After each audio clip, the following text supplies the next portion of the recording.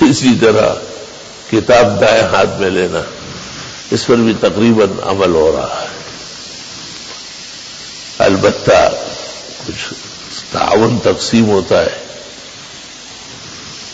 تو حکم یہ ہے کہ آدمی پیسے دے، خیرات دے، دائیں ہاتھ سے، بائیں کو پتہ بھی نہ چلے۔ تو میں ان کو کہتا ہوں کہ تم دائیں ہاتھ سے ہی لو، بائیں ہاتھ نہ لگاؤ۔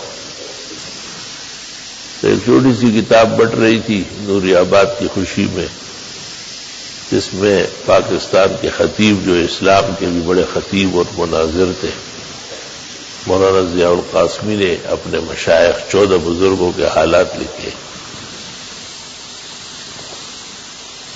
اور اس میں اپنے استاذ العالم محدث کبیر فقیہ آیت من آیات اللہ مولانا مفتی محمود صاحب کے حالات پر 30 صفحے لکھے۔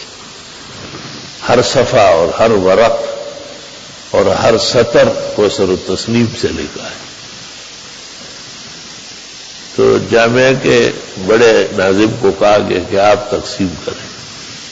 تو اب یہ طلباء آ رہے ہیں اور اکثر دونوں ہاتھ آگے بڑھ، جن کا یہ خیال ہے کہ یہ اختراف ہے، ٹھیک ہے، اگر کوئی بڑی کتاب ہو جو ایک ہاتھ دائیں سے نہیں پکڑی جا سکتی ہے تو آپ اس کی مدد کے لیے بائیں لگائے، لیکن تو چند صفحے دائیں ہاتھ سے ہی لے لیتے۔ تو کم لوگ ایسے ہیں جن کو مسائل یاد ہیں، وہ بھی تھے ان میں جنہوں نے صرف دائیں ہاتھ آگے کیا۔ وَلَهُمُ الشُّكْرُ الْجَزِيلُ وَالْحَمْدُ النَّبِيلُ عَلَى نَعْمَاءِ اللَّهِ وَعَلَائِهِ ظَاهِرَةً وَبَاطِنَةً۔ مطلب یہ کہ محنت مسلسل رہے گی۔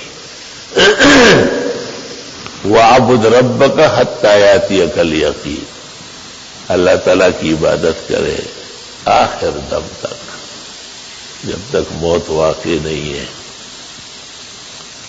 جس گل کو دل دیا ہے، جس پھول پر فدا ہو، یا وہ بغل میں آئے یا جا کفس سے چھوٹے۔